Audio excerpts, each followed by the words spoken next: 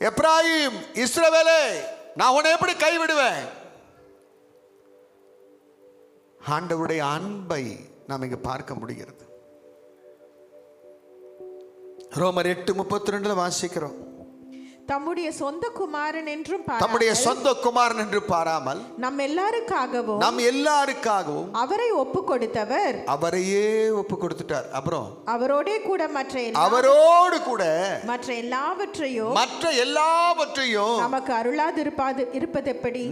அருளாதிருப்பது எப்படி? கொடுக்காமல் இருக்க முடியாதவராலே கொடுக்கிறவராகிய தேவன் தன் சொந்த குமாரன் என்று பார்க்கல, அவரையே உனக்காக கொடுத்திருக்கிறான்னு சொன்னா, அந்த தெய்வத்தை விட பெருசு இந்த உலகத்தில் என்ன இருக்கு? அண்ட சராசரங்களை உருவாக்கினவர், வானங்களும் வானாதி வானங்கள் அவர் பாதத்தில் கீழ் இருக்கிறது, நட்சத்திர மண்டலங்களை உருவாக்கினவர், விண்ணையும் மண்ணையும் படைத்த அந்த தெய்வத்தை விட பெரிதானது எது இருக்கு இந்த உலகத்தில்? எல்லாம் அவருக்குள், எல்லாம் அவருக்காக, எல்லாம் அவரை கொண்டு உருவாக்கப்பட்டது அந்த உலகம். அல்லேலூயா. நீ பார்க்கிறவைகள், பார்க்க முடியாதவைகள், இந்த உலகத்தின் நித்தியமானவைகள், அநித்தியமானவைகள், இந்த உலகத்தின் துரைத்தனங்கள், அதிகாரங்கள் எல்லாம் அவருக்காக தான் உண்டாக்கப்பட்டிருக்கிறது. அவரையே எனக்காக கொடுத்துட்டாருன்னு சொன்னா, இந்த உலகமே, இந்த உலகத்திற்கு ஆசீர்வாதம், இந்த உலகத்திற்கு காரியம் அற்பமானவைகள், ஒன்றும் இல்லை ஒரு பார்வையில். ஆண்டவர் நீ நினைப்பதை விட, வேண்டிக் கொள்வதை விட அதிகமாய் உனக்கு செய்வார். விசுவாசிக்கிற மாத்திரம் கைகளை உயர்த்து. அதே ஆண்டவர் இன்னொரு வார்த்தையும் சொல்லுகிறார். ஏசாயா 49:15-16 வாசிக்க கேட்போம். ஸ்திரீயானவள் தன் கர்ப்பத்தின் பிள்ளைக்கு இறங்காமல் தன் பாலகனை அவள் மறப்பாளோ, அவர்கள் மறந்தாலும் நான் உன்னை மறப்பதில்லை. இதோ என் உள்ளங்கைகளில் உன்னை வரைந்திருக்கிறேன். உன் மதில்கள் எப்போதும் எனக்கு முன்பாக இருக்கிறது. அல்லேலூயா. ஸ்திரீயானவள் தன் குழந்தையை மறப்பாளா? எப்படி மறக்க முடியும்? ஆனா தூங்கும் போது மறந்து தூங்குதான் போற. நம்முடைய ஆண்டவர் தூங்குகிறதும் இல்லை, உறங்குகிறதும் இல்லை. தாய் கூட உறங்குறா, தாய் கூட மறக்கிறா, தாய் கூட கொன்று போடுகிறா. தன்னுடைய இச்சையான காரியம் தன் பிள்ளை பார்த்து விட்டான், அது தடையா இருக்கிற கொன்று போடுகிற கடைசி காலம் அம்மாமார்கள், கொடும் தாய்மார்கள் காணப்படுகிற கடைசி காலம் இது. நல்ல தாய்மார்கள் இருக்கின்ற உலகம்தான் இது. அவர்கள் உன்னை மறந்தாலும் நான் உன்னை மறக்கவே மாட்டேன். எத்தனை பேர் விசுவாசம்? உன்னை எப்படி நான் கைவிடுவேன்? உன்னை நான் எப்படி ஒப்பு கொடுப்பேன் என்று ஆண்டவர் சொல்லுகிறார். ஆண்டவர் நம்மை ஆசீர்வதித்து காக்கிற தேவன். அல்லேலூயா. இந்த எப்ராயிம் யார்? எப்ராயிம் ஒரு மனுஷன், எஸ். ஆனா எப்ராயிம் சொல்லி ஒரு மனுஷனை குறித்து ஆண்டவர் சொல்ல, எப்ராயிம் என்கிற ஒரு கோத்திரத்தாரை குறித்து ஆண்டவர் சொல்லுகிறார். பொதுவா எப்ராயிம் கோத்திரம் சொன்ன அந்த 10 கோத்திரம் சேர்த்து தான் சொல்லப்படுகிற காரியம். எப்ராயிம் யார்? இவன் யோசேப்பினுடைய குமாரன். யோசேப்புக்கு இரண்டாவது பிறந்தவன். முதல் பிறந்தவன் மனாசே, இரண்டாவது பிறந்தவன் இவன் தான். அந்த யோசேப்பு தனக்கு குமாரனாகிய எப்ராயிம் பிறந்தபோது அதனுடைய அர்த்தம் என்ன தெரியுமா? நான் சிறுமைப்பட்டிருந்த தேசத்தில் என்னை கர்த்தர் பலுக செய்தார், என்னை பெருக செய்தார். நான் சிறுமைப்பட்டிருந்த இந்த இடத்துல அடிமையாக இருந்தேன், கட்டப்பட்டவனாக இருந்தேன், என் நீதி நியாயம் மற்று போனவனாக இருந்தேன், ஒன்றுமில்லாம இருந்தேன். இதே இடத்துல என்னை கர்த்தர் பெருக செய்தார். என் சிறுமையை கண்ணோக்கி பார்த்தார். கைகளை உயர்த்தி அமைச்சு. எந்த இடத்துல வெட்கத்தோடு நிற்கிறார், எந்த இடத்துல சிறுமைப்பட்டிருக்கிறாய், எந்த இடத்துல அடிமைத்தனத்தின் சங்கிலிகளால் பிணைக்கப்பட்டிருக்கிறாய், நீ நித்தமும் கர்த்தரை சேவிக்கிற ஒரு மனிதனாக இருந்தார். ஆண்டவர் என்னை பார்க்கிறான் விசுவாசத்தோடு, உன் வாழ்வில உறுதியோடு, உண்மையாய் நேர்மையாய் கர்த்தருக்கு முன்பாக நடப்பாயானால் உன் சிறுமையை தூக்கி எறிகிற ஒரு அற்புதமான தேவன் அவர். எத்தனை பேர் விசுவாசிக்கிறீர்கள்? என் சிறுமையை நீக்கி என்னை பலுகி பெருக செய்தார். எப்ராயிம் என்று அவன் பெயரிட்டான். அல்லேலூயா. மனாசே பிறந்தபோது சொன்ன, என் தகப்பன் குடும்பத்தின் வருத்தத்தை எல்லாம் மறக்கும்படி செய்தார். உன் தகப்பன் குடும்பத்தால், உன் தாயின் குடும்பத்தால், உறவின் மக்களால் வருத்தத்தோடு இருக்கிறாயா? அதையெல்லாம் கர்த்தர் மறக்கும்படி செய்ய, கர்த்தர் உனக்கு ஒரு அற்புதத்தை செய்ய அவர் உண்மை உள்ளவர். கைகளை தட்டி ஆண்டவர் நன்றி சொல்லுவோமா? நல்ல கைகளை தட்டி ஆண்டவர் நன்றி சொல்லுங்க. அல்லேலூயா, அல்லேலூயா. அவர் நல்லவர். கரங்களை தட்டி சொல்லுவோம் அல்லேலூயா. அவர் நல்லவர், அவர் வல்லவர், அவர் கிருபை என்றும் உள்ளதே. அவர் நல்லவர், அவர் வல்லவர், அவர் கிருபை என்றும் உள்ளதே. தேவ கிருபை என்றும் உள்ளதே. அவர் கிருபை என்றும் உள்ளதே. அவரை போற்றி துதித்து பாடி அல்லேலூயா என்றார் பரிப்பு பாடுவோம். அவரை போற்றி பாடி அல்லேலூயா என்றார் பரிப்பு. நெருக்கப்பட்டும் மடிந்திடாமல் கர்த்தர் தான் நம்மை காத்ததாலே. மடிந்து போகல.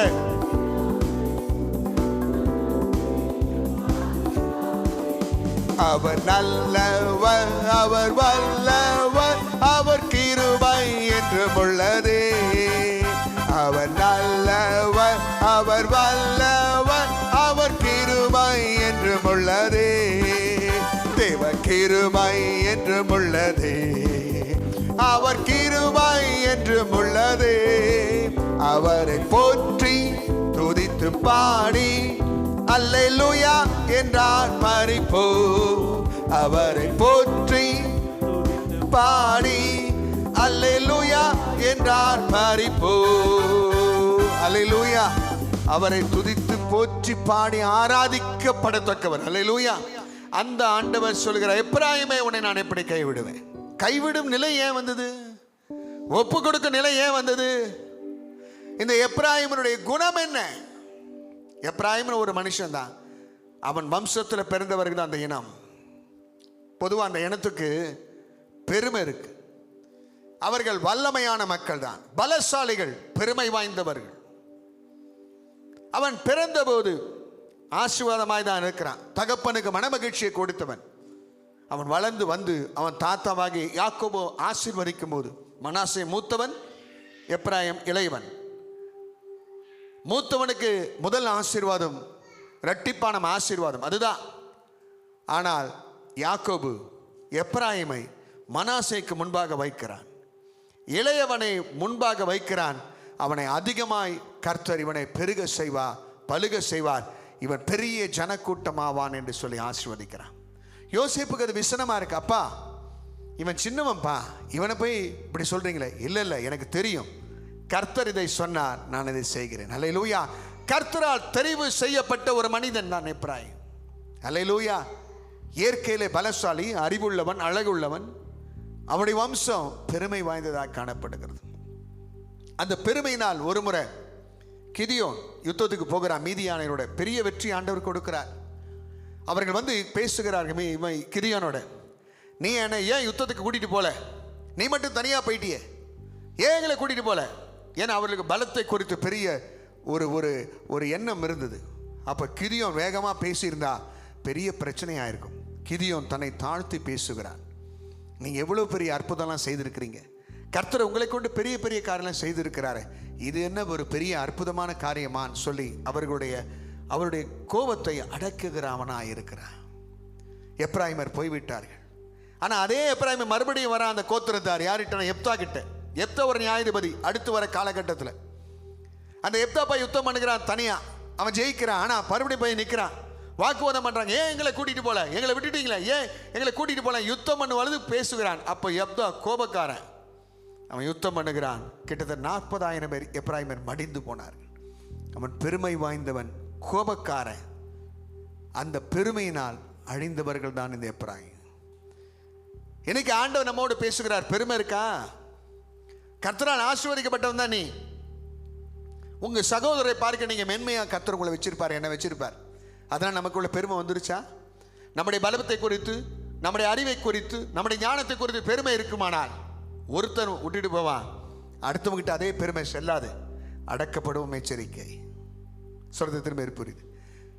ஆண்டவர் தெளிவா கிதியோனை யாரையும் கூட்டிட்டு போகாத, 300 பேர் மட்டும் போதுன்ட்டார். அங்க போய் ஆர்கியூமெண்ட் பண்றான். சில நேரத்தில் ஆண்டவர் உனக்கு கொடுக்க மாட்டார். சில இடத்துல ஒரு சாதாரண ஆளை உன்னை விட அதிகமாக பயன்படுத்துவார். சில இடத்துல உங்களோட அற்பமான மக்கள் உயரத்துக்கு போவாங்க.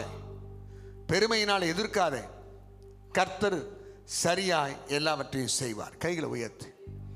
அல்லேலூயா, அல்லேலூயா. இவனுடைய குணம் என்ன? வேதம் சொல்லுகிறது. ஏசாயா 9:21 வாசிப்போமே. மனாசே எப்ராயீமையும் எப்ராயீம் மனாசேயையும் பட்சிப்பார்கள். போதும். எப்ராயிம் மனாசே 2 பேரும் சகோதரன் தான். 2 கோத்திரமும் ஒருவனை ஒருவன் பட்சிப்பார்கள். அப்படின்னா அடிச்சுக்கிட்டு சாவான். அன்னைக்கு ஒரு அம்மா சொல்றாங்க என்கிட்ட, ஒரு சகோதரி, என் பசங்க 2 பேரும் அடிச்சுக்கிறானுங்க பாஸ்டர். ஒன்றும் இல்லை, கடைக்கு போய் ட்ரெஸ் வாங்க போகிற இடத்துல ஒருத்தன் சொல்கிறான், உன் ட்ரெஸ்ஸு கிழிஞ்சிருக்கு, பார்த்துட்டு வரலையா, போடாமன்னு. கிழிஞ்சிருக்குன்னு சொல்கிறது நல்லது தானே. எப்படி நீ என் ட்ரெஸ்ஸை பார்த்து கிழிஞ்சிருக்குன்னு சொல்லி அவன் திரும்பி அடிக்கிறான். அவங்க எனக்கு சொல்கிறாங்க, நீ என்ன பாஸ்டர், அடித்தடி போடுறாங்க. 2 பேரும் சகோதரர் தான், அடிச்சுக்கிறான்.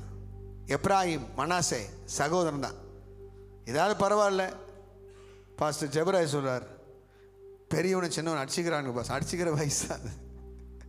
இவனுக்கு 10 வயசு மேலே, அவனுக்கு இப்போ தான் 1 வயசு முடிஞ்சிருக்கு. ஏன்னா சில இடத்துல விட்டு கொடுக்க முடியல, அது குழந்தை சண்டை, அது வேற. ஆனால் எப்ராயிம் மனாசே அப்படி இல்லை, பட்சித்தார்கள். ஒன்று நீ இருக்கணும் அல்லது நான் இருக்கணும். இப்படி யாராவது உங்களுக்கு விரோதமாக வராங்களா?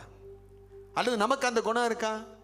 என் சகோதரனை விடமாட்டேன், உன் சகோதரன் உன் கூட பிறந்தவன், நீ ஏன் அவனோட போராடுற? சகோதரோட பிணக்கு செய்கிறவன் தான் எப்ராயிம். இந்த குணம் நமக்குள்ள இருக்குதா?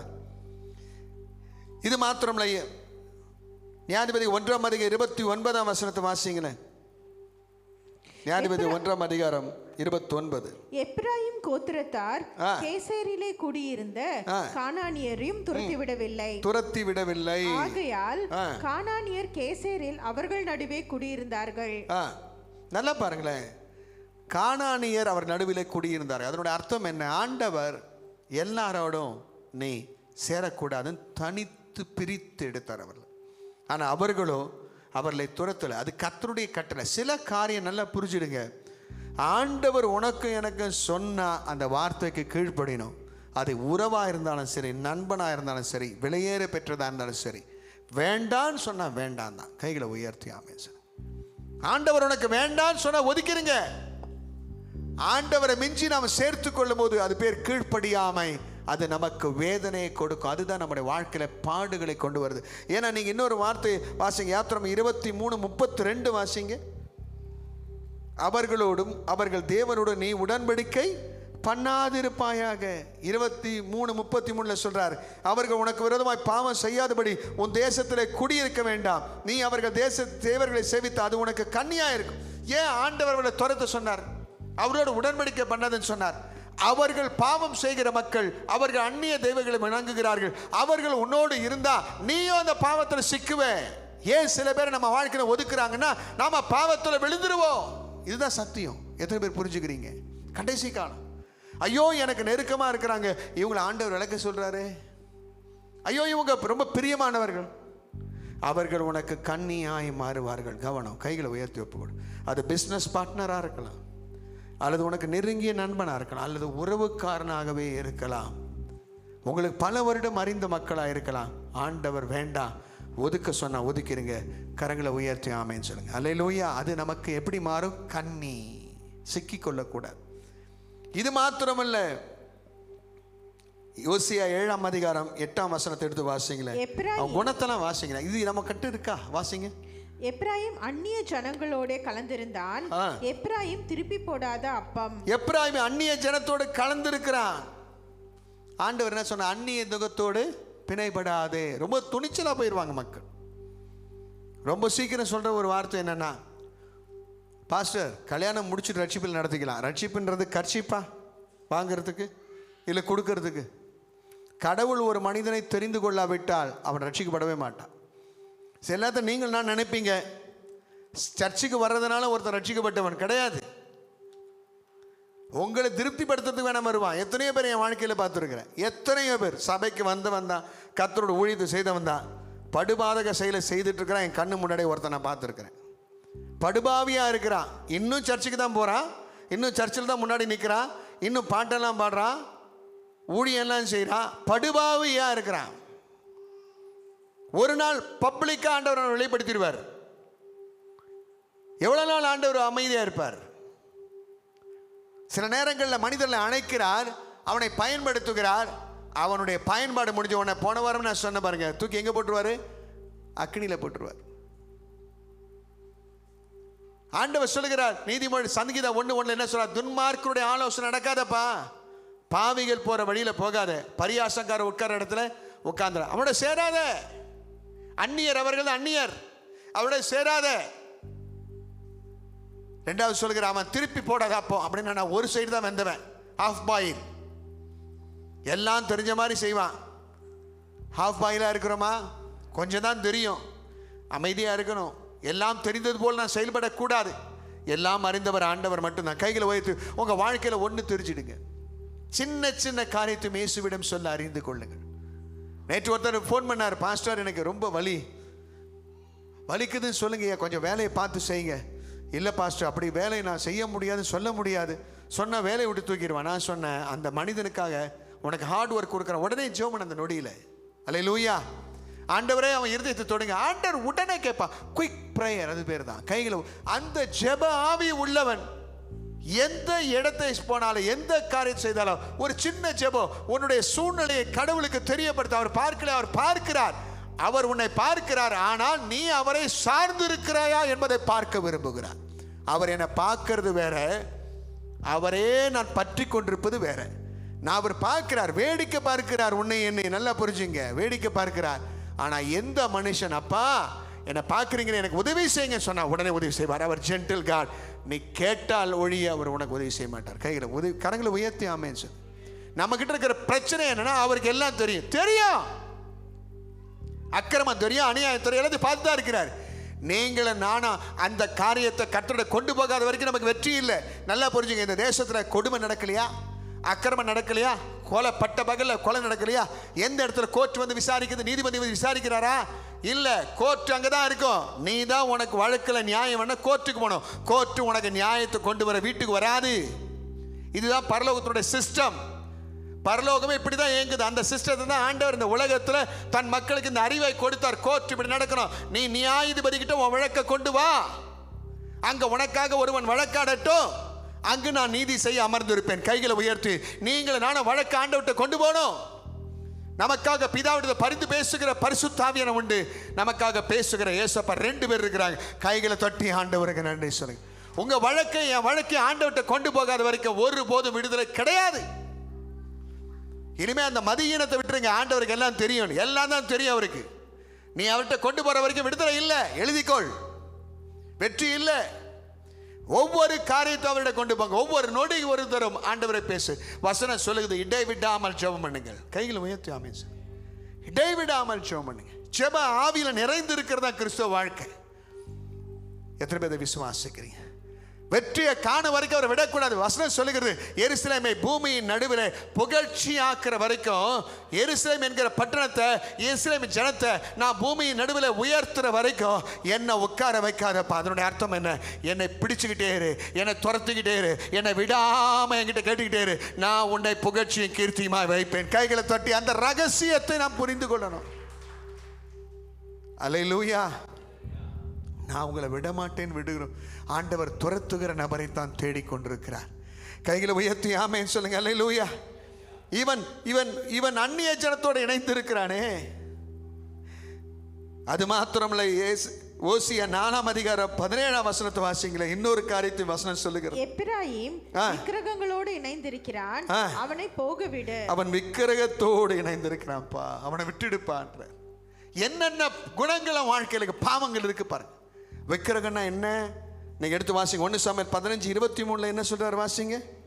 இரண்டகம் பண்ணுதல், பில்லி சூனிய பாவத்திற்கும் முரட்டாட்டம் பண்ணுதல் அவபக்திக்கும் விக்கிரகாராதனைக்கும் சரியாய் இருக்கிறது.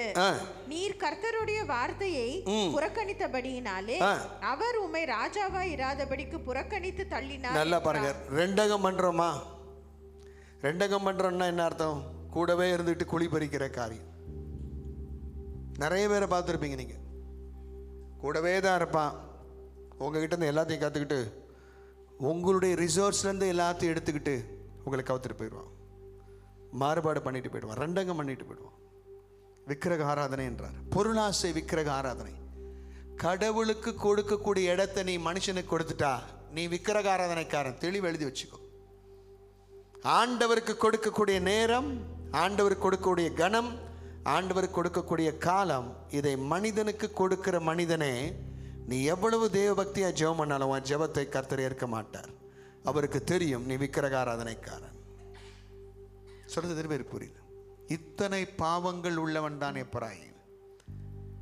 ஆண்டவர் இன்னைக்கு நம்ம பார்த்து கேட்கிறார், என்ன பார்த்து கேட்கிறார், நான் தானே உன்னை ரட்சித்தேன், நான் தானே உன்னை ஆசீர்வதித்தேன், நான் தானே உன்னை உலகத்தின் வேறு பிரித்து உனக்கு சம்பந்தமே இல்லாத உன்னை என்னை மூத்த குமாரனுக்கு அடுத்தது இளையகுமாரனை வச்சேன், இயேசுவுக்கு அடுத்தது உன்னை ஆசீர்வதிச்சு உனக்கான ஜீவனை கொடுத்துருக்கிறேனே. உங்ககிட்ட இந்த குணம்லாம் இருந்ததுன்னா நான் உன்னை இப்படி நேசிப்பேன். அதனால தண்டனைகள் வருது. எப்பொழுது ஆண்டவர் அவனை கைவிட மாட்டாராம். வசனத்தை எடுத்து வாசிங்களேன். தெளிவா ஆண்டவர் சொல்லுகிறார். ஓசியா 5ஆம் அதிகாரம் 13ஆம் வசனம் 14ஆம் வசனம் வாசிப்போம். எப்பிராயீம் தன் வியாதியையும் யூதா தன் காயத்தையும் கண்டபோது எப்பிராயீம் அசீரியனுக்கு போய் யாரேப் ராஜாவின் இடத்தில் ஆள் அனுப்பினான். ஆனாலும் உங்களை குணமாக்க உங்களில் இருக்கிற காயத்தை ஆற்றவும் அவனால் கூடாமற் போயிற்று. நல்லா பாருங்க. எப்பிராயீம் தன் வியாதியையும் யூதா தன் காயத்தை கண்டபோது எங்க போனானா? எப்பிராயீம் அசீரியர் அண்டைக்கு போய் யாரேப் ராஜா கிட்ட ஆள் அனுப்பி அவரை குணமாக்கும்படி கேட்கிறான். நம்ம வாழ்க்கையில் வியாதி வீக்கனம் வரும்போது நம்ம யாரை தேடுகிறோம்? பலவீனம் வரும்போது யாரை தேடுகிறோம்? போராட்டம் வரும்போது யாரை தேடுறோம்? நமக்கு ஒரு நெருக்கடி வரும்போது நல்ல சிம்பிளாக புரிஞ்சுக்கிறேன், கவனிங்க. வியாதிக்கு மருந்து போட வேண்டாம்னு நான் சொல்லலை. ஒரு தலைவலி வந்த உடனே மருந்து எடுக்கணும் அப்படின்ற எண்ணம் வருதா? ஏசப்பா என் தலைவலி நீக்குன்ற ஜெபம் வருதா? சொல்லுங்க. ஒரு நெருக்கடி வருது, டக்குன்னு ஒரு 10,000 ரூபாய் தேவை. உங்கள் மாமா ஞாபகம் வராரா? சித்தப்பா ஞாபகம் வராரா? மனைவி ஞாபகம் வராரா? நகை ஞாபகம் வருதா? சொல்லுங்க. பாஸ்டர் நான் யார்கிட்டையும் கை நீட்ட மாட்டேன், ஒய்ஃபு கிட்ட மட்டும் நீட்டுவேன். ஏன்? கழுத்தை குனி, நான் செயின் எடுத்துக்கிறேன். எதுக்கு இது? அப்போது நீங்களும் நாளை யாரை முன்வைக்கிறோம்? சொல்லுங்க. நம்முடைய கைகளின் பலத்தையும் மனிதர்களையும் நம்புகிறோம். இது இருக்கா என்கிட்ட? எல்லாரும் இந்த பாதையில் போகிறோம். தலைவலி வருது, பலவீனம் வருது. இயேசுவே ஒரு நொடி நீ யார், உன் நிலை என்ன, இதை கர்த்தருக்கு தெரியப்படுத்துகிற ஒரு இருதயம் நமக்குள் இருக்குமானால் அதைத்தான் கர்த்தர் தேடிக்கொண்டிருக்கிறார். கைகளை உயர்த்து. எப்பிராயீமுக்கு அது இல்லை. அதனால ஆண்டவர் என்ன சொல்கிறார்? 14ஆம் வசனத்துல, நான் எப்பிராயீமுக்கு சிங்கம் போலவோ யூதாவின் வம்சத்தாருக்கு பாலசிங்கம் போலவும் இருப்பேன்.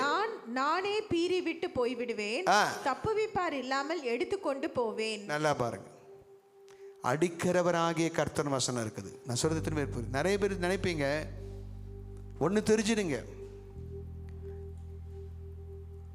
ஏன் நம்ம பாவங்கள் மன்னிக்கப்படணும்? பாவத்துக்கு தண்டனை கொடுக்கறது யாரு? சொல்லுங்க. பேயா? ஆண்டவரா? சொல்லுங்க. நீங்களும் நானும் பாவம் செய்தா அதுக்கு தண்டனை கொடுக்க போறது யாரு? யார்? சத்தமா சொல்லுங்க. ஆண்டவர் தான் கொடுக்க போறார். பேய் கொடுக்க முடியாது. பேய் நான் நியாயாதிபதியா? அவர் தான் கர்த்தர். அவருடைய கோபம், அவருடைய கோபாக்கினைக்கு நான் தப்பணும்னு சொன்னா யார்கிட்ட தப்பணும்? ஒன்று புரிஞ்சுங்க, கடவுள்கிட்ட தான் நம்ம தப்பணும், பேய்கிட்ட கிடையாது. நான் சொல்றது எத்தனை பேர் புரியுது? நிறைய பேர் ஐயோ பேய்கிட்ட நீ தப்ப வேண்டிய அவசியம் இல்லை, பேய் தான் உங்ககிட்ட தப்பிச்சு போகணும். இதுதான் சத்தியம். கடவுளுடைய கோபம் மனுக்குலத்தின் மேல் இருக்குது. அந்த கோபம், அந்த ஆக்கினை தீர்ப்பில் நம்ம தப்புவிக்க தான் ஆண்டவர் தன் சொந்த குமாரனை நமக்காக கொடுத்தார். அல்லேலூயா. இயேசுவினால் தான் அந்த கோபாக்கினைக்கு நான் நீங்களாக்கி ரட்சிக்கப்படுக. தேவ கோபாக்கினது. ஆண்டவரே பிசாசை மன்னிக்கல, பல முறை சொல்லியிருக்கிறோம். அவனை தூண்டுவதற்கு யாருமே இல்லை, அவனே எழும்பி பாவம் செஞ்சான். ஆனால் மனுஷன் அவன் தூண்டுறதுனால மனுஷனை மன்னிக்கிறார், பிசாசை மன்னிக்கல. ஏன்னா பிசாசு தூண்டுகிறவன். ஒன்று புரிஞ்சுருங்க, நீங்களும் நானும் யாரையும் தூண்டிடக்கூடாது. எந்த காரியத்தை தூண்டிடாதீங்க. தூண்டுகிறவனுக்கு தான் தண்டனை அதிகம். சொல்றது எத்தனை பேர் புரியுது? அப்போ ஆண்டவர் நம்மிடம் எதிர்பார்க்கிற காரியம் என்ன? நானே பிரிவிடுவேன், நானே அடிப்பேன், நானே காயம் கட்டுவேன். ஏன் நீங்கள் அதிகமாக அடிக்கப்படுகிறீர்கள்? ஏன் விலகி போறீங்க? ஆண்டவர் சொல்கிற ஏசாயா 1ஆம் அதிகாரத்திலேயே, ஏப்பா விலகி போற, ஏப்பா அடி வாங்குற, ஏன் என்ன கிட்ட வரல?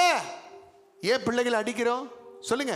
பிள்ளைகள் தவறு செய்யும்போது முத்தம் கொடுக்கிற பெற்றோர் யாரும் இருக்கீங்களா இங்க? சொல்லுங்க. கண்டிக்காத பெற்றோர் யாரும் இருக்கீங்களா?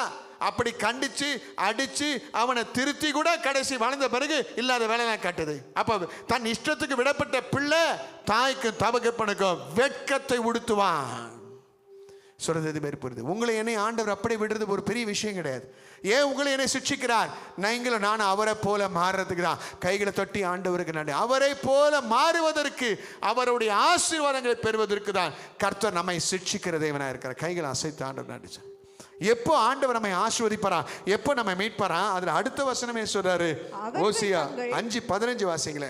அவர்கள் தங்கள் குற்றங்களை உணர்ந்து, நல்ல சத்தமா வாசிங்க. அவர்கள் தங்கள் குற்றங்களை உணர்ந்து என் முகத்தை தேடும் மட்டும் நான் என் ஸ்தானத்துக்கு திரும்பி போய்விடுவேன். தங்கள் ஆபத்தில் என்னை கருத்தாய் தேடுவார். நல்ல கைகளை அசைத்து. எப்போ தேடுவானா? ஆபத்து வரும்பொழுது. அவர்கள் தங்கள் குற்றங்களை உணர்ந்து ஆண்டவரிடம் திரும்பும் போது ஆண்டவர் நிச்சயமாய் அவர்களை மன்னிக்கிற தேவன். அல்லேலூயா. ஆண்டவர் இதற்கு தான் எரேமியால சொல்றாரு 31:19-20 வேகமா வாசிப்போம். நான் திரும்பின பின்பு மனஸ்தாபப்பட்டு கொண்டிருக்கிறேன்.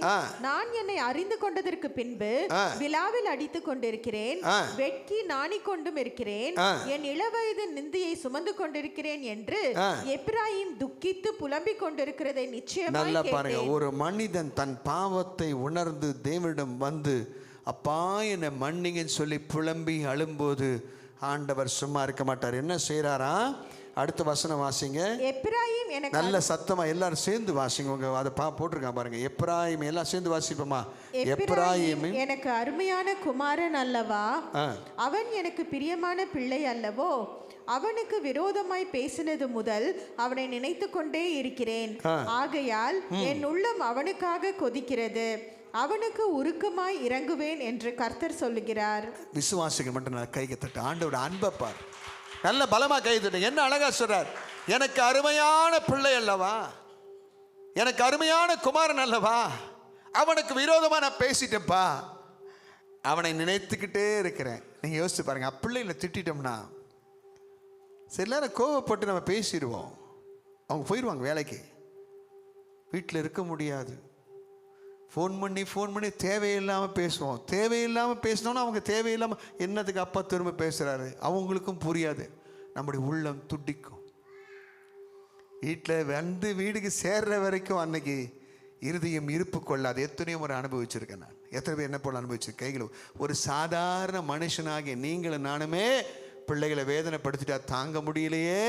அந்த தெய்வம் சொல்கிறாரு, உனக்கு விரோதமாக பேசுனது என் உள்ளம் கொதிக்குதுப்பா, உனக்கு உருக்கமாக இறங்குவேன். கரங்களை தட்டி அல்லேலூயா. யாக்கோபே நீ வேறொன்றுவாய், பூத்து குலுங்கிடுவாய், காய்த்து கனி தருவாய். கைகளை தட்டி யாக்கோபே நீ வேறொன்றுவாய், யாக்கோபே நீ வேறொன்றுவாய், பூத்து குலுங்கிடுவாய், காய்த்து கனி தருவாய், பூத்து குலுங்கிடுவாய், காய்த்து கனி தருவாய், பூமியெல்லாம் நிரப்பிடுவாய். அடுத்த காடு போடு.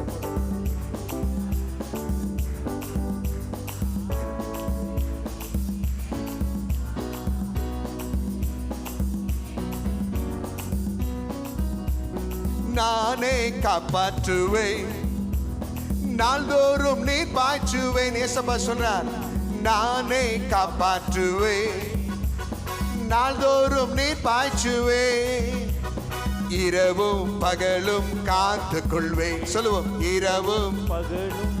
விசுவாசத்தோடு, எவரும் தீங்கிழைக்க விட மாட்டேன், உனக்கு எவரும் தீங்கிழைக்க விட மாட்டேன். ஓ யாக்கோபே நீ வேறொன்றுவாய், யாக்கோபே நீ வேறொன்றுவாய், பூத்து குலுங்கிடுவாய், காய்த்து கனி தருவாய். ஆமென். பூத்து குலுங்கிடுவாய், ஆமென், காய்த்து கனி தருவாய், பூமியெல்லாம் நிரப்பிடுவாய், இந்த பூமியெல்லாம் நிரப்பிடுவாய். அல்லேலூயா. நல்ல கைகளை தட்டி அல்லேலூயா. எப்பிராயீம் அருமையான குமாரன், பிரியமானவன். ஆண்டவர் இதே ஓசியால சொல்ற அநேக தடவை எப்பிராயீம் பத்தி பேசுறேன். எப்பிராயீமை கைப்பிடித்து நடக்க பழக்கிறேன். எவ்வளோ அன்பான தேவன். கைகளை உயர்த்த. அவர் உன்னை கைவிட மாட்டார். அவர் உன்னை எப்படி கைவிடுவேன்னு சொல்கிறார். அப்போது இந்த எப்பிராயீம் ஆண்டவர் விட்டு விலகி போய் விக்கிரகத்தோடு இணைந்து அந்நிய ஜனத்தோடு இணைந்து ஆண்டவர் விட்டு விலகி போய் சகோதர சிநேகம் இல்லாமல் யுத்தம் பண்ணி பெருமையோடு வாழ்ந்த ஒரு மனிதன் தன்னுடைய வாழ்க்கையில் வேதனைகள் வரும்பொழுது கூட கடவுளை தேடாத ஒரு மனிதனாக இருந்தான். ஆனால் எப்பொழுது அவன் தேவனிடம் திரும்பி வருகிறானோ அப்பொழுது கர்த்தர் அவனை ஆசீர்வதித்து மகிமையாய் உயர்த்துவாராம். கைகளை தொட்டு அதே ஆண்டவர் இன்றைக்கும் என் கொம்பை உயர்த்துவார். எத்தனை பேர் விசுவாசி? நல்ல கைகளை உயர்த்தி ஆண்டவர் என் தலையை நிமிர செய்வார், என்னை பெருக செய்வார், என்னை ஆசீர்வதிப்பார். அதற்கு என்ன தேவை? முழு இருதயத்தோடு ஆண்டவரிடத்தில். ஒரே ஒரு வசனத்தை வாசிப்போம். ஓசியா 11:7 வாசிங்களேன். என் ஜனங்கள் என்னை விட்டு விலகுகிற மாறுபாட்டை பற்றி கொண்டிருக்கிறார்கள். அவர்களை உன்னதமானவரிடத்தில் வரவழைத்தாலும் ஒருவனும் எழும்புகிறதில்லை. நல்லா பாருங்க. என் ஜனங்கள் என்னை விட்டு விலகுகிற மாறுபாடாய் பற்றி கொண்டிருக்கிறார்கள். அவர்களை உன்னதமானவரிடத்தில் வரவழைத்தாலும் ஒருவனும் எழும்புகிறதில்லை. ஏன் ஆண்டவர் சொல்லுகிறார்? பொதுவாக மனிதனுக்கு செழிப்பு, ஆசீர்வாதம், சமாதானம், சுகம் கிடைச்சிட்டா ஆண்டுட்டு வரமாட்டான். கண்ணுக்கு முன்னாடி உங்கள் முன்னாடி நீங்கள் பார்ப்பீங்க. வெகு சில பேர் மட்டும்தான் கர்த்தர் சுகம் கொடுத்தா ஓடி வருவாங்க. 10 பேரில் எத்தனை பேர் வந்தா? எத்தனை பேர் வந்தா? ஒரே ஒரு ஆள் வந்தவங்க கூட யாரு? யூதன் இல்லை, சமாரியன். சமாரிய இனத்தை சேர்ந்தவன் தான் வந்தான். யூதன் ஒருத்தனும் வரல. அருமையான கர்த்தருடைய ஜனமே, ஆசீர்வதிக்கப்பட்ட மக்கள் பல கோடி பேர். எத்தனை பேர் இயேசுவிடம் வருகிறார்கள்? தெளிவாக சொல்கிறான். சில பேர், பாஸ்டர் ஆண்டவர் கோச்சிக்க மாட்டார், மனுஷன் கோச்சிக்குவான். என்ன வார்த்தையா இது? உன் ஆண்டவரை நீ எங்கே வச்சிருக்கிற? கர்த்தரை எனக்கு முன்பாக வைத்திருக்கிறபடினால் நான் அசைக்கப்படுவதில்லை. கைகளை கர்த்தரை முன்பாக வச்சிருக்கிறீங்களா பின்னாடி வச்சிருக்கீங்களா? மாடு இருக்குல்ல, மாடு, அதை எடுத்து வண்டிக்கு முன்னாடி கட்டு, அப்போ தான் வண்டி இழுக்கும். மாட்டை கொண்டு போய் வண்டிக்கு பின்னாடி கட்டினா முட்டுமா வண்டியை? சொல்லுங்க. வண்டியே வாழ்க்கை சக்கரம் நகரல, நின்னெடுத்து சிக்கி இருக்கு. கர்த்தர் பின்னாடி வச்சுக்கிறது. கொஞ்சம் சரியாயிட்டுமே அப்படியே மனுஷங்கிட்ட போய் படுத்துக்கிறது. அப்படியே போய், ஐயோ நீங்க தான் ஐயா, நான் தான் அம்மா. ஆண்டவர் எவ்வளவு வேதனைப்படுவார். இவனை தூக்கி எடுத்தது நான், இவனை சுகப்படுத்தது நான், இவனை பாதுகாத்து ஆசீர்வதித்தது நான். எல்லாம் நடந்த பிறகு மாமங்கிட்ட போயிட்டான், மச்சாங்கிட்ட போயிட்டான், அவங்கிட்ட போயிட்டான், இவங்கிட்ட போயிட்டான். என்கிட்ட வரலையே. மாறுபாடு. இது எல்லா காலத்திலும், அந்த காலத்து இந்த காலம் வரைக்கும் இதான். சுகம் பெற்றிருப்பார்கள், அற்புதம் நடந்திருக்கும், வேலை கிடைச்சிருக்கும். பாஸ்டர் வேலையில் கொஞ்சம் பிஸி ஆகிட்டான். வேலை கொடுத்ததே அவர் தானேப்பா. கைகளை உயர்த்தி ஆமேன்னு சொல்லுங்க. நல்ல கைகளை அசைத்து. நாம் அப்படி இருக்காதீங்க தயவுசெய்து. கைகளை அசைத்து உங்கள் ஆண்டு. இதுதான் சோதனை. ஒரு மனிதன் ஏழ்மையில் சோதிக்கப்படுறதை விட 100 மடங்கு ஐஸ்வர்யத்தில் சோதிக்கப்படுறான். கைகளை உயர்த்து. ஐஸ்வர்யவான் தான் அதிகமாக சோதிக்கப்படுவான். அப்போ நான் ஆண்டவரை பற்றி கொள்ள எனக்கு என்ன வேணும்? விசுவாசம் உள்ள ஆவி. ஆண்டவர் சொல்லுகிறார், என் குமாரன் என்று பாராமல் அவரையே கொடுத்தவர் அவரோடு கூட மற்ற எல்லாவற்றையும் தர. அப்போ ஆண்டவர் நமக்கு சேலஞ்ச் என்ன பண்ணுறாரு? நான் என்னையே உனக்காக கொடுத்துட்டேனே, ஏன் கூட நான் மற்ற எதையும் தரமாட்டேன். அந்த விசுவாசம் எனக்கு இன்னைக்கு இருக்குமானால் இந்த நாளில் நான் வெறுமையை வீட்டுக்கு போக மாட்டேன். கைகளை உயர்த்தி அப்படிப்பட்ட விசுவாசம் உள்ள ஒரே ஒரு மனிதனை சொல்லி நான் முடிக்க விரும்புகிறேன். அவன் யாருன்னு சொன்னால் நீங்கள் எடுத்து வாசிங்க. அது என்னாம 14ஆம் அதிகாரத்தில் 20ஆம் வசனத்தை வாசிக்க கேட்போம். அப்பொழுது கர்த்தர், உன் வார்த்தையின்படியே மன்னித்தேன். நல்லா கவனிங்க. யாருக்கு ஆண்டவர் இதை சொல்றாரு? இஸ்ரவேல் மக்களை கொண்டு போய் அந்த காணும் பாலும் தேனும் ஓடுகிற தேசத்தின் வாசல் நிறுத்துறாரு. அங்கே 12 வேவுக்காரில் உள்ள அனுப்புறாரு. உள்ளே போய் பார்த்துட்டு வான்னு சொல்றாரு. எல்லாத்தையும் பார்த்துட்டு வந்தானுங்க. வந்தவங்க சொல்றாங்க, அது பாலும் தேனும் ஓடுகிற தேசம். கைகளை உயர்த்தி ஆமேன்னு சொல்லு. அல்லேலூயா. அதனுடைய அர்த்தம் என்ன? பாலும் தேனும் குழாயில் வருது இல்லை. அதனுடைய அர்த்தம் என்ன? பால் ஓடுகிற தேசம்னா என்ன அர்த்தம்? அந்த தேசத்தில் அவ்வளவு செழிப்பான மரங்கள், காய்கள், அங்கே கனிகள் காணப்படுகிறது. அதை புசித்து புசித்து ஏராளமான ஆடு மாடுகள் பெருகி இருக்கிறது. அவைகள் ஏராளமான பால் சுரந்து கொடுக்கிறது. அதனால பால் ஓடுகிற தேசம். கைகளை உயர்த்தியாமல் எவ்வளவு செழிப்பு பார். அப்போ தேன் எப்படி வருது? அந்த தேசம் ஏராளமான பூக்கள் இருக்கு, ஏராளமான கனிகள் இருக்கு, அதை உண்டு மகிழ ஏராளமான தேனீக்கள் இருக்கு. அந்த தேனி தேன் கூட்டு வைக்குது, அதை எடுத்து அதை தேனா மாத்துறாங்க. தேனும் ஓடுதுப்பா. வாசனை உள்ள ஆசீர்வதிக்கப்பட்ட சுகமுள்ள தேசம். கைகளை தட்டி அல்லேலூயா. அப்படிப்பட்ட தேசத்தின் வாசத்தை நிதிர்க்கிறார் ஆண்டவர். அதை பார்த்துட்டு வந்து சொல்றாங்க, என்ன சொல்றாங்க? எல்லாமே நல்லா இருக்கு, ஆனால் அந்த தேசத்தில் ராட்சதன் இருக்கிறான். ஒன்று புரிஞ்சுடுங்க, ஆண்டவர் உனக்கும் எனக்கு ஒரு காரியத்தை சொன்னா அதை செய்வார். எத்தனை பேர் விசுவாசிக்கிறீங்க? சொன்னதை செய்வார், செய்வதை சொல்லுவார், சொன்னபடி செய்து முடிப்பார் அப்படின்னு பாட்டுலாம் நல்லா தான் பாடுறோம். ஆனால் அவர் சொன்னதை செய்வார் நம்பிக்கையில் எத்தனை பேர் நடக்கிறோம்? அதுதான் நமக்கு போராட்டம். இயேசு சொல்லுகிறபடி செய்கிற தேவன், வார்த்தை மாறாதவர். வானம் பூமி ஒழிந்து போனாலும் அவர் வார்த்தைகள் ஒருபோதும், சொல்லுங்க சத்தமா சொல்லுங்க, ஒழியாது. அப்படின்னு என்ன அர்த்தம்? என் வார்த்தை நிறைவேறும்பா, அதுதான் அதனுடைய கேரண்டி. அவர் தான் வார்த்தை. இப்ப நல்லா பாருங்க, இவர்கள் சொல்லுகிறாங்க ராட்சதர்கள் எங்களால் துரத்த முடியாது, ராட்சதர்கள் பார்வை நாங்கள் வெட்டுக்கிளியா இருக்கிறோம், நாங்க பயப்படுகிறோம். அப்போ ஆண்டவர் பார்வோன் சேனையை ஆண்டவர் நொறுக்கி போட்டார். அதை பார்த்தியே, உன் கண்ணால் பார்த்தியே, 10 வாதைகளை எகிப்தில் அனுப்பி உன்னை விடுதலை ஆக்கினாரு. ஆண்டவர் சங்கார தூதனுக்கு தப்பு வைத்தாரு. இத்தனை அற்புதம் செய்து மாத்திரம் செங்கடலை பிளந்து உங்களை என்னை வழிநடத்தி வந்தாரு. அப்படிப்பட்ட தெய்வத்தை நீ புறக்கணிக்கிறாயா என்று சொல்லி யோசுவாவும் காலேபும் அழுகிறார்கள். சட்டை கிழிச்சுகிறான். 12 பேர்ல 2 பேர் தான் விசுவாசம் உள்ளவர். நல்ல ஒரு சத்தியத்தை புரிஞ்சுடுங்க. இப்போ பிசாசு யாரு? பிசாசு முந்தி எப்படி இருந்தான்? அமைதியாக இருந்தானா? நம்மளை போலவே. சொல்லுங்க, பிசாசு யாருன்னு தெரியும் சொல்லாத வரைக்கும் உங்களை விட மாட்டேன். பிசாசு யார்? முதல்ல சொல்லுங்க. பிசாசு யாரு? இப்போ எங்க இருக்கிறான்? பல பேர் மனதில் மைண்ட் வாய்ஸை நான் இப்போ சொன்னேன்னா நிறைய குழப்பம் வந்துடும். பிசாசு யாரா இருந்தான்? யாராக இருந்தான்? தூதனாக இருந்தான். அவனை அழகுள்ளவனாக உருவாக்கினார். இப்போ அசிங்கமாயிட்டானா? அழகு எடுத்துட்டாரா? சொல்லுங்க. ஆண்டவர் மேக்கப் போட்டு விடுற தேவன் அல்ல. நிறைய பேர் சர்ச்சில் பார்க்கும்போது ரொம்ப அழகாக தான் இருப்பான், வெளியில் போய் மழையில் நனையட்டும், அடையாளமே தெரியாது. இவங்க நம்ம விசுவாசி தானா? அடையாளமே தெரியாது. 50-60 வயசு ஆனாலும் 20 வயசு மாதிரி மேக்கப் போட்டு வந்துடுவாங்க மனுஷன். என்னடா 70 வயசு ஆச்சே, சின்ன பையன் மாதிரி இருக்கானே. கொஞ்சம் மழையில் நிற்கிறதுல மூஞ்ச கழுவு சொல்லு, முடிஞ்சு போயிடு கதை. ஆண்டவர் மேக்கப் போடுறவர் இல்லைல்லவா?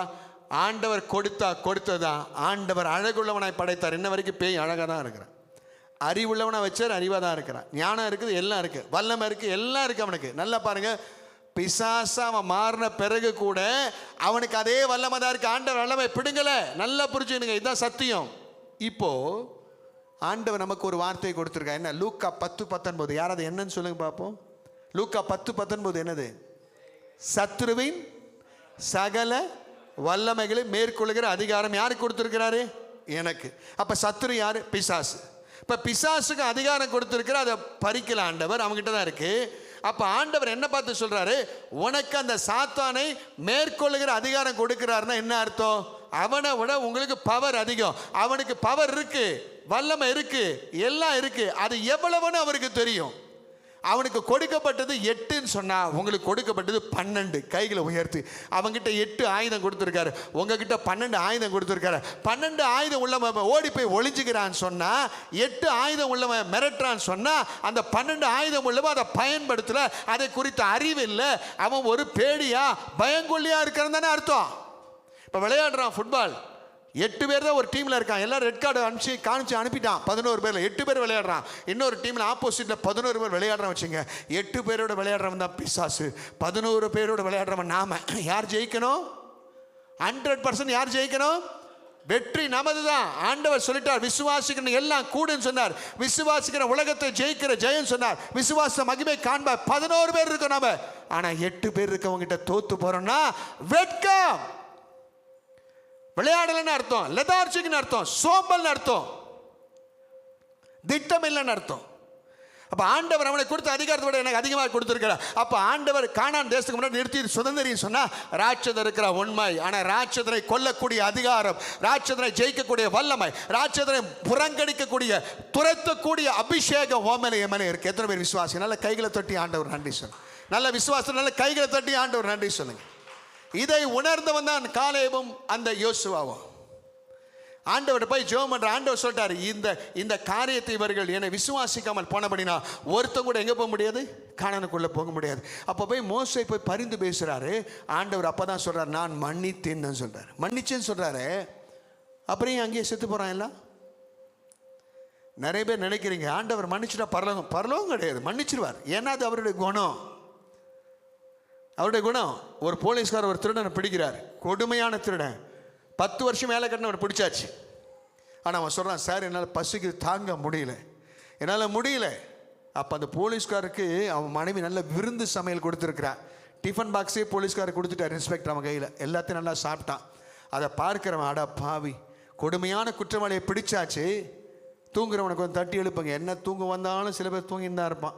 சபையிலையும் தூங்குவான், வீட்லேயும் தூங்குவான், டிவி பார்க்கும் போது தூங்குவான், டிவி பார்க்காத போதும் தூங்குவான். கைகளை உயர்த்தி அப்படிப்பட்ட மக்கள் அல்லேலூயா சொல்லுங்க பார்ப்போம். தூங்குறாள் சொல்லலை, தூங்காதாலும் சொல்லிடுச்சு. எப்படியோ அல்லேலூயா வார்த்தை போயிடுச்சு.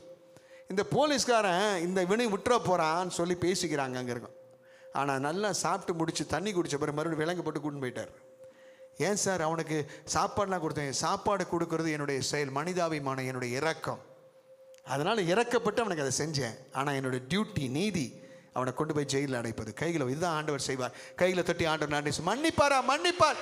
உயிர் போகிற நேரம், ஐயோ ஆண்டவர் உயிர் போகுது, என்ன மன்னிச்சு, நான் செய்த பாவத்தை மன்னிச்சிருங்க. எஸ் மன்னிச்சிட்டேன்.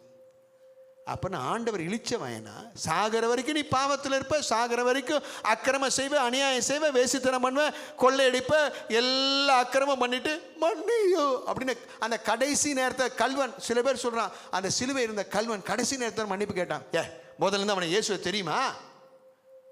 அவனுக்கு தெரியாத. அப்போதான் இயேசுவை தெரியும் அவனுக்கு. இயேசு யாருன்னு அந்த நேரத்தை தெரியும். உடனே ஏற்றுக்கொண்டா உடனே மன்னிப்பு. நான் சொல்றது எத்தனை பேர் புரியுது? உலகம் 2 வகை தாம்மா. நடுவில் இருக்கிற சிலுவை ஒரு பக்கம், கடைசி வரைக்கும் இயேசுவை ஏற்றுக்கொள்ளாத ஜனம், கடைசி நேரத்திலையாவது இயேசு ஏற்றுக்கொள்கிற ஜனம். இதுதான் ஆண்டவர்கிட்ட இருக்கிறது. கைகளை உயர்த்தி, நீங்கள் கடைசி நேரத்தை ஏற்றுக்கொள்கிற மக்களை, நமக்கு இயேசுவை நல்லா தெரியும். அடிக்கடி நம்ம மேலே தண்ணீர் பாய்ச்சிருக்கிறார். ஆண்டவர் அறிந்திருக்கிறோம். மறுதலித்து போவோமானால் நம்ம மீட்கப்பட முடியாது. சொல்றது பேர் புரியுது? கைகளை உயர்த்தி ஆமேன்னு சொல்லு.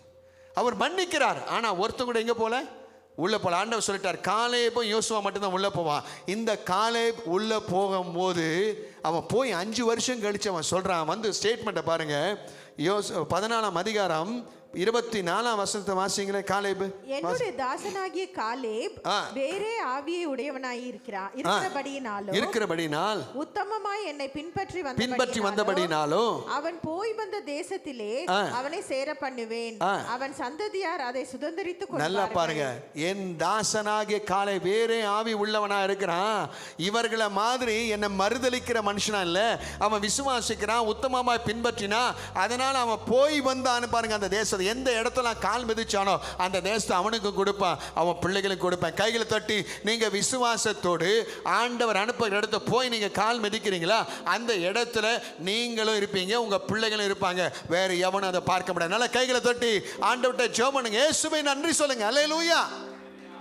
காலேபுக்கு ஆண்டவர் வாக்கு கொடுக்கிறார். இந்த வாக்கை பெற்றுக்கொண்ட காலேப் அவன் சொல்லுகிறான், போய் யோசுவா 14ஆம் அதிகாரம் 8ஆம் வசனத்தை வாசிங்களேன். ஆனாலும் என்னோட கூட வந்த என் சகோதரர் ஜனத்தின் இருதயத்தை கரைய பண்ணினார்கள். நானும் என் தேவனாகிய கர்த்தரை உத்தமமாய் பின்பற்றினேன். என் தேவனாகிய கர்த்தரை உத்தமனாய் பின்பற்றினேன். காலேப் எப்படி பின்பற்றினான்னு சொன்னா உத்தமமாய். அதனுடைய அர்த்தம் என்ன? நேராகன்னு அர்த்தம். வலதுபுறம் இடதுபுறம் சாயலை. நம்ம வாழ்க்கையில் சோர்ந்து போய் இருப்போமானால் நம்ம பார்வையில் எங்கே இருக்கும்? சூழ்நிலை மேலே தான் இருக்கும். நம்ம விசுவாசத்தோடு இருந்தால் நம்முடைய பார்வை ஆண்டவர் மேலே இருக்கும். இவனை பாருங்களேன், இந்த 40 வருஷம் இவன் வந்து உண்மையானவன் தானே. இவனும் யோசுவா தவறே செய்யலையே. இவர்கள் ஆண்டவரை விசுவாசித்தார்கள். ஆனாலும் இவர்களுக்கும் அவர்களோட சேர்ந்து 40 வருஷம் ஆண்டவர் என்ன பண்ணிட்டாரு? சுத்த விட்டுட்டார். சில நேரங்களில் நீங்கள் விசுவாசித்தாலும் கூட உங்கள் வீட்டில் அவிசுவாசம் உள்ள மக்கள் இருக்கிற வரைக்கும், அவர்கள் வாழ்க்கையை நீங்கள் பார்க்குற வரைக்கும் நிச்சயமாக உங்கள் வாழ்க்கையில் பாடு தீராது. ஆனால் ஒரு நாள் உண்டு, அந்த நாளுக்கு மேலே ஆண்டவர் தாண்ட விட மாட்டார். அந்த நாளில் உங்களை ஆண்டவர் ரட்சிக்க வல்லவராக இருக்கிறார். கைகளை உயர்த்தி ஆமென் சொல்லுங்கள். சில நேரம் நீங்கள் நினைப்பீங்க, நான் விசுவாசிக்கிறேனப்பா, ஆனால் இவ்வளோ பேர் விசுவாசிக்காமல் இருக்கிறானே. அதனால தான் கர்த்தர் காத்து இருக்கிறார், ஒரு நாளை வைத்து இருக்கிறார். அந்த நாளிலே உன்னை என்னை மீட்டு கொண்டு அவர் ஜெயிக்க வல்லவராக இருக்கிறார். அல்லேலூயா. சத்தமா சொல்லுங்க அல்லேலூயா. இந்த காலேப் அவன் வேறே ஆவி உள்ளவன். நல்லா பாருங்க, 40 வருஷம் ஏராளமான மக்கள் மடிந்து கொண்டே போறாங்க, செத்துக்கிட்டே இருக்கிறான். ஆனாலும் இவன் விசுவாசத்தை விட்டுடல. அல்லேலூயா. விஷ பாம்புகளை பார்க்கிறான், சூழ்நிலை மாறல, ஆனாலும் அவன் விசுவாசத்தை விடல. 40 வருஷம் தொடர்ந்து வனாந்தரத்தை நடக்கிறாங்க, இந்த விசுவாசத்தை விடல. தண்ணீர் பற்றாக்குறை, மக்கள் முறுமுறுக்கிறாங்க, முரட்டாட்டம் பண்றாங்க, எல்லாத்தையும் பார்க்கிறான். இவனோட வாழ்க்கையில காலங்கள் உருண்டு கொண்டே இருக்குது, நீண்டு கொண்டே போகுது. வனாந்தரம் தான், ஒரு வயலை கூட பார்க்கல. ஆனாலும் விசுவாசம் கொன்றல. கைகளை உயர்த்தி ஆண்டவர்கிட்ட ஒப்பு கொடுப்போம். ஒன்று சொல்கிறேன் பாருங்க, அவன் தன் வாழ்க்கையில் ஆண்டவர் தன்னை அழைத்ததை உணர்ந்தான். நீங்கள் எடுத்து வாசிங்க, அதே யோசுவா 14ஆம் அதிகாரம் 7ஆம் வசனத்தை வாசிங்களேன். 7ஆம் வசனத்தை வாசிங்க. தேசத்தை வேவு பார்க்க கர்த்தரின் தாசனாகிய மோசே என்னை காதேஸ் பர்னேயாவிலிருந்து அனுப்புகிற போது எனக்கு 40 வயதாயிருந்தது. என் இருதயத்தில் உள்ளபடியே அவருக்கு மறுசெய்தி கொண்டு வந்தேன். நல்லா பாருங்க, அவன் சொல்றான் 40 வயசுல எனக்கு அந்த தேசத்தை அனுப்புனாரு, அந்த தேசத்தை விட்டு வந்துட்டேன், 40 வருஷம் வனாந்தரம் சுத்திட்டேன். இப்போ அவனுக்கு என்ன வயசா? அவன் சொல்றத வாசிங்களேன். யோசுவான் 14:10 வாசிங்க. இப்போதும் இதோ கர்த்தர் சொன்னபடியே என்னை உயிரோடே காத்தார். கர்த்தர் உயிரோடு காத்தார். இஸ்ரவேலர் வனாந்தரத்தில் சஞ்சரிக்கையில் கர்த்தர் அந்த வார்த்தையை மோசேயோடே சொல்லி இப்போது 45 வருஷம் ஆயிற்று. இதோ இன்று நான் 85 வயதுள்ள. எத்தனை வயசு? 85. 45 வயசு அதிகமாயிடுச்சு. ரிட்டையர்மெண்ட் ஆகிற நேரத்தில் தான் தேவன் அப்பாயின்மெண்ட் கொடுக்கிற. ஆண்டவன் எத்தனை பேர் விசுவாசிக்கிறீங்க? ரிட்டைர்மெண்ட் ஆக வேண்டிய நேரம், அப்பாயின்மெண்ட் அப்போ தான் வருது. ஆண்டவர் அப்போ தான் அவனுக்கு அசைன்மெண்ட் கொடுக்குறார். என்ன அசைன்மெண்ட்? போய் சுதந்திரித்துக்கொள். நீங்கள் நினைப்பீங்க இந்த வயசுலையா? ஆண்டவருக்கு வயசு ஒரு பொருட்டு இல்லை. எப்போ கோதுமை மணி சாகுதோ அப்போ தான் பலன் கொடுக்கும். கைகளை தட்டி அலையில, நான் இல்லை சொல்லுங்க, நான் இல்லை, என் பலன் இல்லை, என் தாளந்து இல்லை, நான் ஒன்றுமே இல்லை, நான் செத்தவன். அப்பதான் உயிர் தெழுதல் நடக்கும். கைகளை தட்டி, எனக்கு இருக்குன்னா உங்ககிட்ட என் ஆண்டவர் வரணும். என்கிட்ட ஒண்ணும் இல்லை ஆண்டவர், எல்லாமே என் இயேசு அந்தகார இருளிலிருந்து ஆச்சரியமான ஒளிக்கு வரவழைத்தார். எல்லாமே என் இயேசு. கைகளை தட்டி சொல்லுங்க அல்லேலூயா. நல்ல கைகளை தட்டி, அந்தகார இருளில் நின்று ஆச்சரிய ஒளி கழைத்தார். அந்தகார இருளில் நின்று ஆச்சரிய ஒளி கழைத்தார். கிறிஸ்துவின் புண்ணியங்கள் அறிவித்திட, கிறிஸ்துவின் புண்ணியங்கள் அறிவித்திட இந்த அடிமையை தெரிந்தெடுத்தார். சொல்லுங்க, இந்த அடிமையை தெரிந்தெடுத்தார். இயேசுவால பிடிக்கப்பட்டவன், அவன் இரத்தத்தால கழுவப்பட்டவன். நான் இயேசுவால பிடிக்கப்பட்டவன், அவன் இரத்தத்தால கழுவப்பட்டவன். எனக்கென்று எதுவும் இல்லை, இப்பூமி சொந்தம் இல்லை.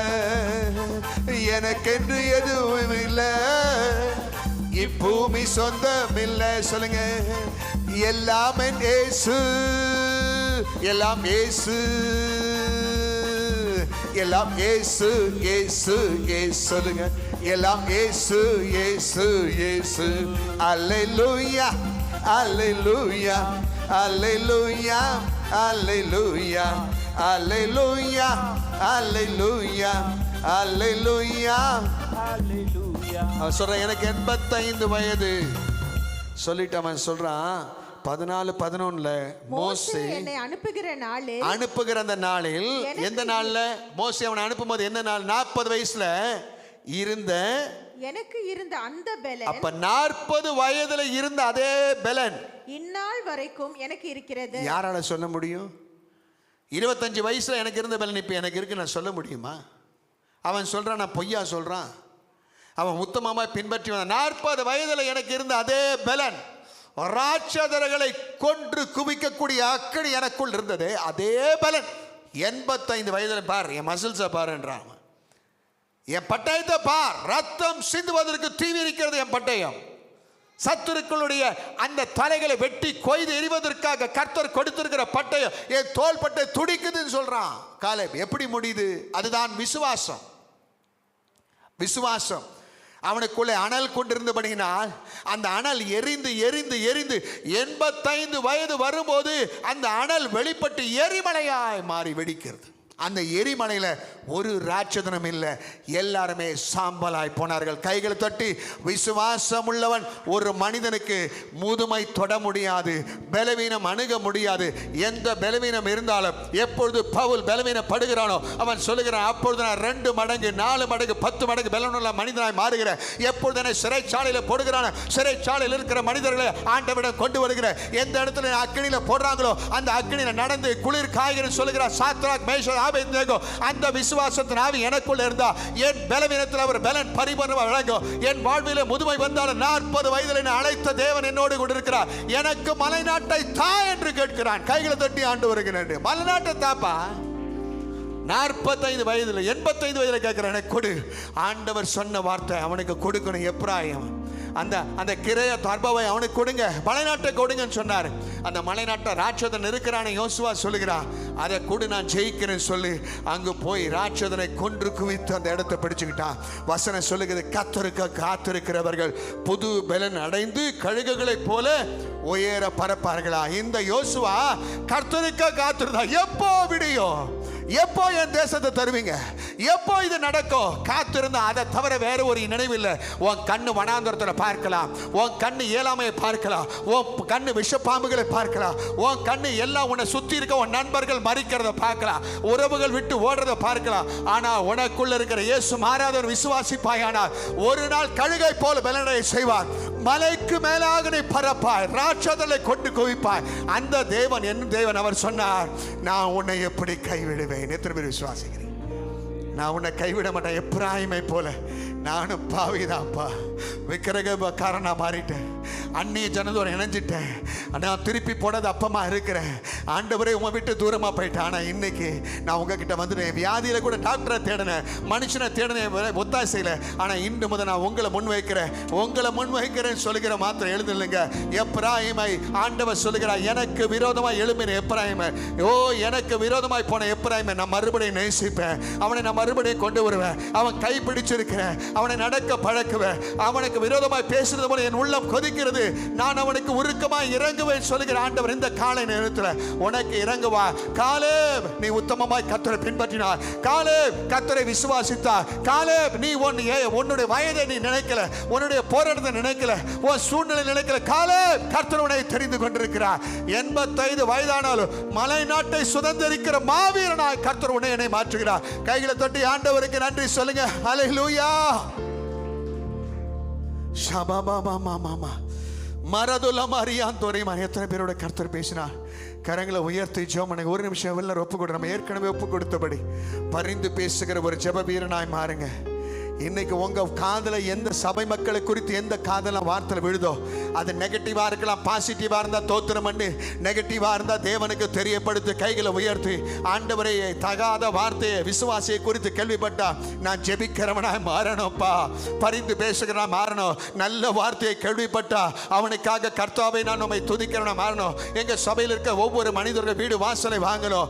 எங்க சபையில் இருக்க ஒவ்வொரு நிலபலங்களை வாங்கணும். எங்க சபையில் இருக்க எல்லாரும் சுகத்தோடு பலத்தோடு இருக்கணும். எல்லாம் எங்கள் குழந்தைகளுக்கு திருமண காரியம் நடக்கணும். எங்கள் பிள்ளைகளுக்கு குழந்தை பாக்கியம் பிறக்கணும். ஆண்டவர் எங்கள் சந்ததியோட சந்ததி நாங்கள் காணணும். எங்கள் பிள்ளைகள் முதிர் வயதில் கனிதந்து புஷ்டியும் பசுமாய் இருக்கணும். எங்கள் மூப்பர்கள் தேசத்தின் மூப்பர்களாய் மாறணும். எங்கள் மூப்பர்கள் ஆசீர்வதிக்கப்பட்ட மாறணும். எங்கள் ஊழியக்காரர் தேசத்தின் தலைவரோடு பேசணும். கர்த்தருடைய வல்லமை எங்களை நிரப்பணும். எல்லாரும் கேளுங்க, ஆண்டவர் இயேசுவின் நாமத்தினாலே.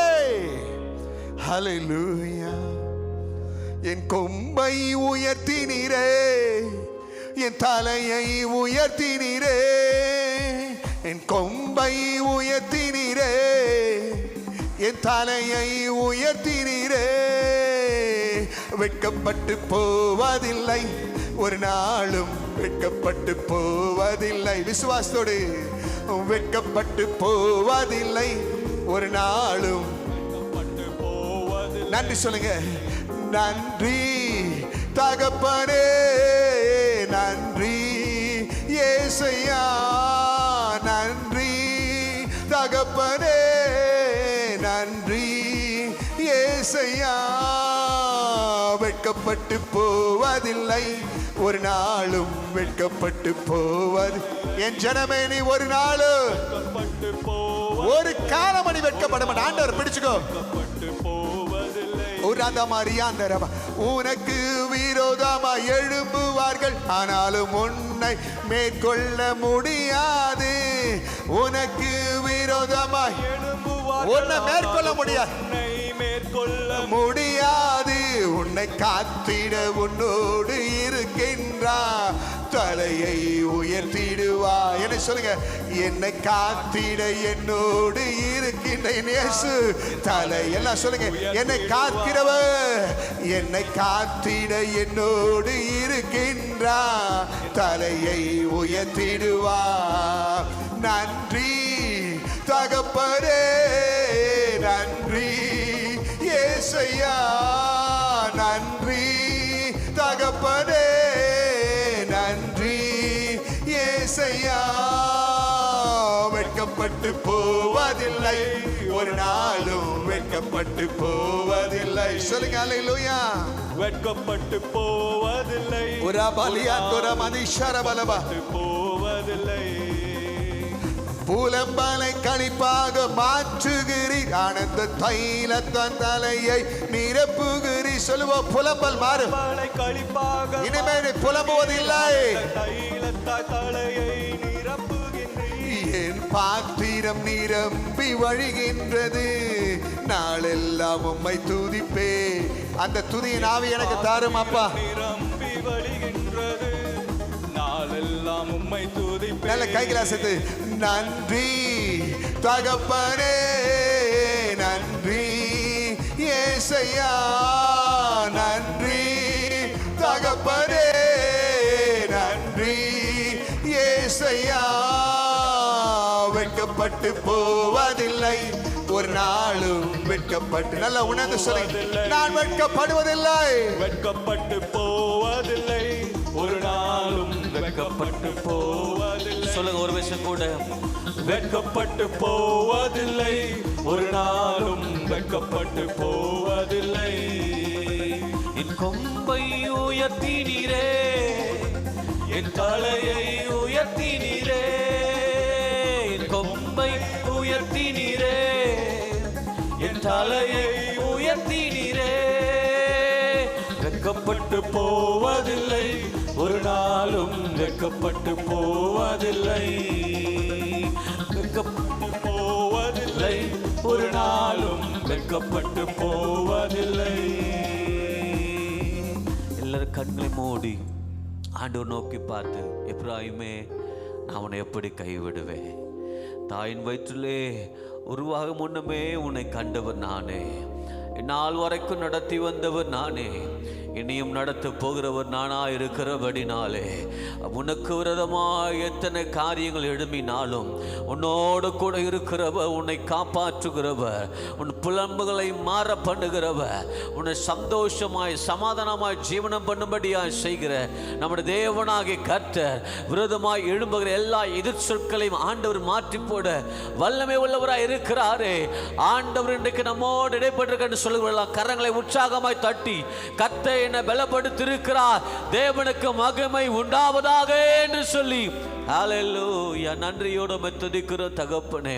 ஆண்டவரே அப்பா, நல்ல ஒரு வார்த்தைகள் தந்தீங்களே, எங்களை பலப்படுத்தும்படியாக, எங்களை உற்சாகப்படுத்தும்படியாக, எங்களை உந்தி தள்ளும்படியாக தகப்பனே, உலகத்தை பாராதபடி, உலகத்தை ஆண்டவரை வார்த்தையை கேட்டு சோர்ந்து போகாதபடி எங்களை பலப்படுத்துறதுக்காக நன்றியோடு துதிக்கிறோம் சுவாமி. தகப்பனே, இன்னுமாய் நீர் எங்களை தாங்கி கொள்ளுங்கப்பா. எங்களை வரைந்திருக்கிறவரே, கைகளில் ஏந்திருக்கிறவரே, எங்களை தப்பு வைக்கிறவரே அப்பா, தொடர்ந்து தேவ ஜனங்களை நீங்க நடத்துங்கப்பா, நீங்க ஆசீர்வதிங்க ஆண்டவரே. கேட்ட சத்தியத்தின் பிரகாரமாகவே எங்களை நீர் ஆசீர்வதிப்பீராக இயேசுவின் நாமத்தினாலே. எங்க சபை இருக்கிற ஒவ்வொரு மக்களும் எங்களை ஆசீர்வதிக்கிறோம். தேவனுடைய கர்த்தருடைய நாமம் மகிமைப்படும்படியாக வாழ்த்துகிறோம் சுவாமி. வார்த்தையை பகிர்ந்து கொடுத்த அருமையான போதகரை எடுத்து பயன்படுத்துங்கப்பா. ஆண்டவரே, தேவனுடைய கர்த்தருடைய நாமம் அது உயர்ந்த அடைக்கலமாக இருக்கிறது. நீர் ஆண்டவரே வல்லமையாய் வல்லமையாய் ஆண்டவர் இன்னும் அநேக ஜாதி ஜனங்களை உம்பக்கமாய் திருப்புகிற சுக்கானாய் எம் தேவனுடைய கர்த்தர் எடுத்து பயன்படுத்தும்படி நாங்கள் ஜெபிக்கிறோம். தேவனுடைய கர்த்தர் அவிதமாய் ஆசீர்வதிப்பீராக. ஆண்டவரே அப்பா, துதிக்கிற வார்த்தை கேட்டுக்கொண்டிருக்கிற ஒவ்வொரு இருதயம் ஆண்டவர் பலப்படட்டும். இப்பொழுது மாத்திரமல்ல ஆண்டவர், இந்த பலன் பரிபூர்ணமாய் விலகப்பட்டு நாங்கள் ஜெபிக்கிறோம் சுவாமி. கர்த்தர் நிரவதமாய் ஆசீர்வதித்து சபையை பெருக பண்ணும் இயேசுவின் நாமத்தில் பிதாவே ஆமென். சேர்ந்து சொல்வோமே, ஆத்துமாவே கர்த்தரை ஸ்தோத்திரி.